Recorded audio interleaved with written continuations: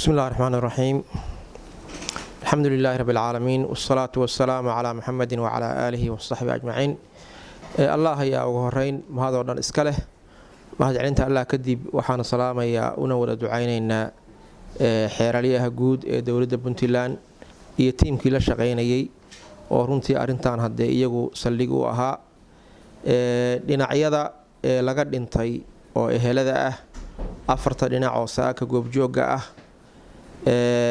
culimada hawsha iyaguna ka qayb qaatay meediyada oo iyaga laftigoodu dhaqaale ururinta qayb weyn ka ahaa waxaan si gaar ah rabnaa inaan ugu ducayno uguna mahadcelino dadkii Soomaaliyeed oo gudaha iyo dibadaba joogay oo ka danqaday walaal Siciid Maxamed Cabdille xariga uu xiran yahay iyo inuusan magtaas iyo xoolaha badan iska bixin karin oo u soo gurmaday oo dibadda iyo gudaba joogay waxaan leenahay Ilaahay idinka ajar siiyo jazaakumullahu khayran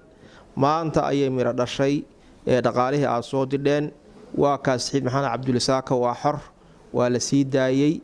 dadkii xuquuqda lahaana intii saaka la helay afarta qolo waxoodii hadda gacanta laga saaraya sidaad arki doontaan ujeedada aad lahaydeen intaasay ahayd waqti fiican oo Ramadaan ay ku soo beegantay Ilaahay ha idinku dimin dhaafo wixii aad la baxdeen naftiina iyo maalkiina iyo awlaadiina Allah ku barakeeyo subhanahu wa ta'ala sida la sheegay dadkii xuquuqda lahaa laba qof baa maqan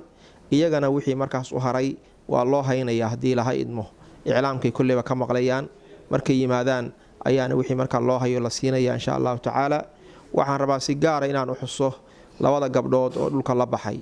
ugaaso Jabuuti ama ugaaso Maxamed Xirsi oo reer Garowe ay wada garanayaan dhul 20 ah ayay gabadhaas ugu deeqday Siciid Maxamed Cabdille hawshiisaas inay kaga qayb qaadato sidoo kale gabadha la yiraahdo ladan Maxamuud Axmed oo iyaduna boosaaso uga timid dhul 20 ah in iyaduna hawsha kaga qayb qaadato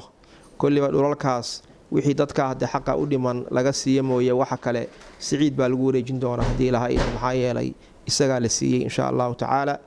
marka aniga warkaygu mahadcelin buu ahaa Ilaahay idinka ajar siiyo jazaakumullahu khayran hawshuna sidii ugu fiicnayd bay inuu ku dhamaatay in Allah intii ka qayb qaadatay waxaan leenahay إلهي هو قدام من دافعنا وقلنا حريستو صلى الله على محمد وعلى آله وصحبه أجمعين.